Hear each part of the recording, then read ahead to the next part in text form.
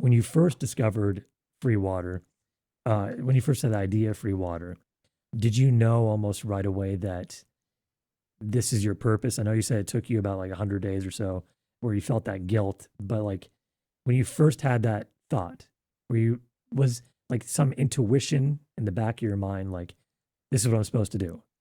I know this is like the path. I don't know if we discussed this on the first show or just on our phone calls, but um, before there was free water, there was free taxi. Did we talk about that? No, we didn't. Okay.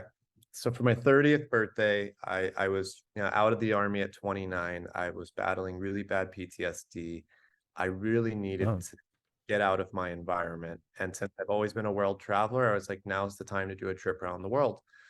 And my initial goal was 100 countries in 4 years. And oh wow. yep, and I was gone. And within the first 15 countries of that trip, even less, I had learned more about myself and the world in those first like 6 months than like my whole 30-year existence before that. But on top of all that wisdom, I learned that I really hate taxi drivers because it didn't matter if I'm in like Hong Kong or wherever, London or wherever. The moment that they find out that you're not from around there, they like jack up the price on the meter. And not Hmm. just meter price. Like I was in the Middle East, and what they do is you've got your bags in the trunk, and when they pull over, even though you agreed like the ride's going to be $50 to the airport, they're going to be like, "Look, I've got all your bags and belongings in the trunk. You got to give me $200 right now, or I'm holding it hostage. There's nothing you could do. If you step out of the car, I'm going to drive away." Really? And so like when you're traveling the world, like you start keeping like your phone and your wallet in your front pocket, and you start becoming very keen on like all the scams out there, right? And you start reading about people's scams because you don't want to get scammed anymore. And so when I finally made it to Europe, it was made, it was 2015. Uber had finally just scaled to Europe. It was a brand new phenomenon. And I was like, finally, like Uber is here. And now I have a set price on my phone. Nobody could rip me off on the meter. And it seemed so innocent. And so I was in Budapest, Hungary, and I think this is like July of 2015. And I was on my way to one of the biggest music festivals in Europe called Sziget, a Hungarian name, but like 500,000 people go there all the time, every year. And the Uber driver pulled over and tried to rob me with a knife. Really? Shit. And I won't How talk how did that about happen in the car? Can you explain the Uber like you're in the driver. back Like we seat were on and our way to then the music festival, and about a mile or two away, pulled over and just pulls out a Crocodile Dundee knife and is just like, hey, like give me all your money and stuff. did he like lean backwards towards you and put the knife like to Yeah, you it's or like turns just pulled it, around, held it just and like, yeah, just yeah, turn around and put it at you? Wow. yeah, yeah. Puts the knife on me and stuff. And I won't say what I said, but I just reasoned with the person and just said, look, like you do realize I used the app, and the police are gonna know exactly what happened. And eventually they realized like, yeah, I'm fucking stupid. Like they use an app. Like, what am I gonna do here, right? And then I got out of the Uber when I got out of that situation, and I walked like the last mile or two to the music festival, and I was so pissed off. And at that moment, like all of the anger of all of the taxi drivers who had harassed me on that trip and ripped me off and like ransomed my bags, and now the Uber driver, I was like, fuck Uber, fuck the taxis. I don't know how I'm gonna do it, but I'm going to put them all out of business by opening the world's first free taxi company called Free Taxi. And Elon Musk will make the self-driving cars for me. I'm just going to figure out a way to create an innovative advertising platform to cover those costs. And during my trip, I spent like 1 to 3 hours a day working on this. And within a few weeks, I had already solved it. But what I realized is, and this was kind of the most epic part of the journey, free wasn't good enough because there was no moat, there was no water around the castle. Like if I found success, what's preventing Uber, Toyota, Tesla, or anyone from just copying me? So since these are all publicly traded companies, I started superficially examining like the chassis, the infrastructure of their business models and their financials.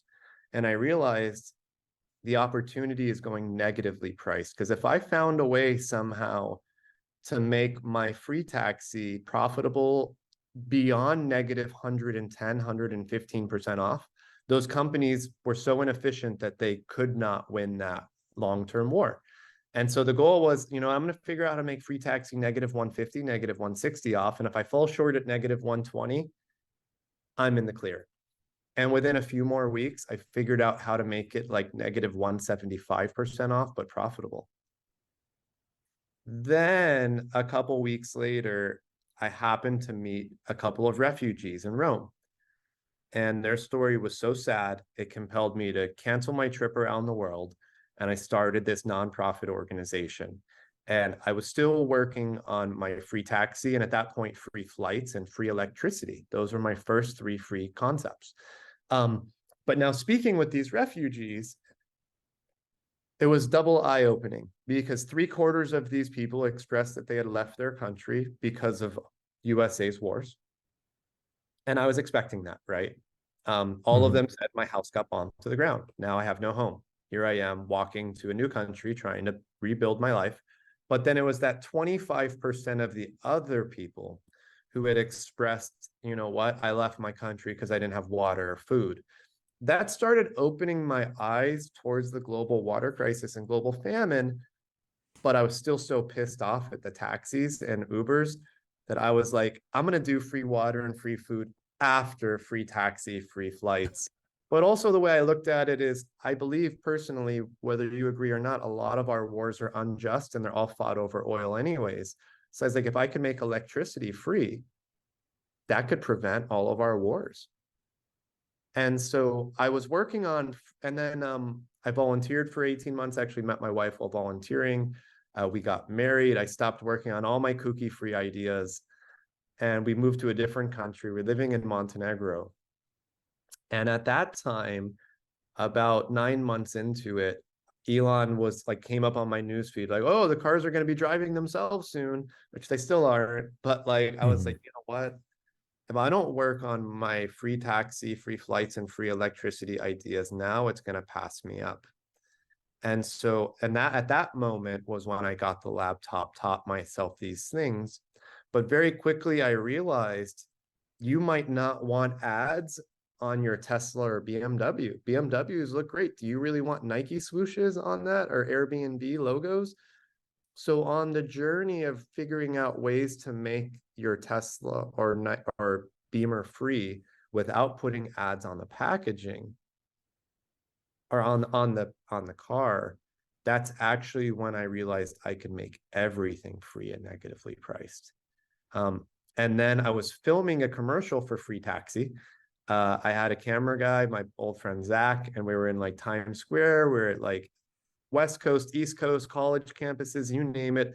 Like, hey, Michael, with a microphone, would you take a ride in a free taxi? And then the camera guy is like, dude, like, I need something to drink. We were in Times Square, New York City. And that's when I saw a box of boxed water is better for the first time. Same packaging we use right here. And I looked, have you seen the brand before or not? Which brand is it? Boxed water is better is their name. Mm-mm. It's the ugliest logo you've ever seen in your life. And I was looking and I was like, what a fucking ugly logo. Wait, is the one you've shown? I think I've seen you show it, maybe. Yeah. I'm like, Yeah, what yeah. an Okay, yeah. ugly logo. And like, they're only utilizing like a fraction of the real estate. I was like, why would you? Because like right here, it just says hello, because they didn't know Yeah, it yeah, yeah. right there. And I was like, why would you waste your real estate? And why would you have that ugly of a logo when you could print anything? And then my mind started working and I was like, yeah, wait, we've had the missing people on the milk carton since the 50s. So like for 60 plus years, you could print photo quality images of people. It's got to be better printing capabilities now. And then I felt my phone in my pocket and I was like, wait a minute. Every phone has a built-in QR code reader and NFC chip scanner. I could literally bring anything to life with augmented reality. And then I remembered the stories from the refugees, like I didn't have water. And so when I went home and I talked to my late mother, I was like, Mom, what do I do? Like, I'm really passionate about free taxi and free flights and free electricity, but now I saw the opportunity for free water. Like, what's your thoughts? She was like, Josh, like, you're never going to be successful at free taxi.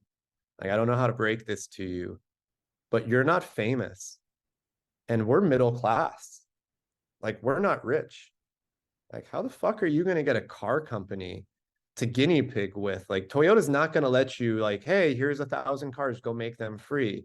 And big oil or big coal or renewable energy is not going to give me a utility to prove that I could make the electricity free or negatively priced. She's like, you're going to fail if you do these things. However, a middle class person does have the ability to start a beer company, like a micro beer brewery or a farm or something within your availability and capabilities at this time.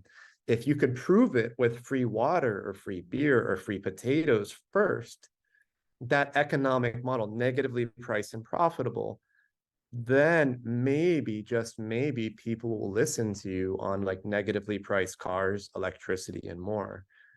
And she's like, by the way, like, if you gave everybody on Earth a ride in a free taxi that drove itself, how many lives would you save? I'm like, 1.4 million lives a year. That's like an Elon number that I just memorized. It's like, how many lives would you save if you made water, food, and medicine free for everybody on Earth? I'm like, God, I don't fucking know. And so then I started trying to research it, and it's like at least 50 million. And she was like, look, I think you found your answer. Like, you got to do something that's possible within a middle class person's reach, but also take the more meaningful route. And so I pivoted from those free things, the free water business models, the free electricity and taxi business model, dumbed down 99%. But I also have a clear roadmap on how to start here and make those ones free or negatively priced later. And here we are. That's a really incredible story, Josh. Um, so many points I want to go off of, but like, first off, that's really cool. You had a mother that actually sat down, listened to you, and gave you amazing advice The that best changed your advice, course to better than do. like any venture capitalist or anyone could have given. That's amazing. That's you know, bless her. That's I know she passed recently, and sounds like a very good mom. Very nice that you had that. Um, that's also amazing that you had to have all those experiences in order for this to happen. And you really could have only connected the dots afterwards. And I see that pattern with all great, successful visionaries. And that's just amazing. And I also want to share, speaking of taxi drivers, when I was in summer of sixth grade, my first time I went to New York, my mom's boyfriend at the time was an optometrist, and he had a convention he had to go to in New York. So we went with him in my transport chair. I was little, so they're able to like pick me up and move me and stuff. Um, so after we went to the hotel, right when we got there, we dropped off our luggage. We were going to go in another cab and go out somewhere. So it was going to be like the first real cab I ever take in New York City. And uh, so I transfer in to the cab. My sister gets in the back seat with me on the other side next to me. And then my mom is by the trunk with her boyfriend, putting the wheelchair in the trunk. Now the taxi driver was on his phone doing something, wasn't paying attention. Okay. And then all of a sudden he saw in the rear view mirror that they're putting a wheelchair in the trunk. And he freaks out, realizes I'm handicapped, and he's like, no, no, no, I don't accept people like you. And I'm like, what? He's like, get the fuck out of my cab right now. And he's screaming on the top of his lungs, panicking, like flailing his arms, just pointing back at me. Get him out of here! Get him out of here! He What's had his like some problem? super, he had some superstition about handicapped people. I don't know. There's a lot of different religions and cultures. I've dealt with this stuff all my whole life, Yeah, yeah. but this one was particularly interesting because, and the bellhop was next to us too, right? Or the person that helps, right, with like hailing cabs and stuff for a hotel. And so he's watching all this happen, and he told my mom, he was like, "Oh wait, what's going on?" And then her boyfriend saw what was happening too, and so they're trying to take it out. the wheelchair out of the trunk. And then he takes a gun out of the glove compartment. My sister starts screaming. She runs out of the cab and he points it at my forehead and says, "Get the fuck out right now."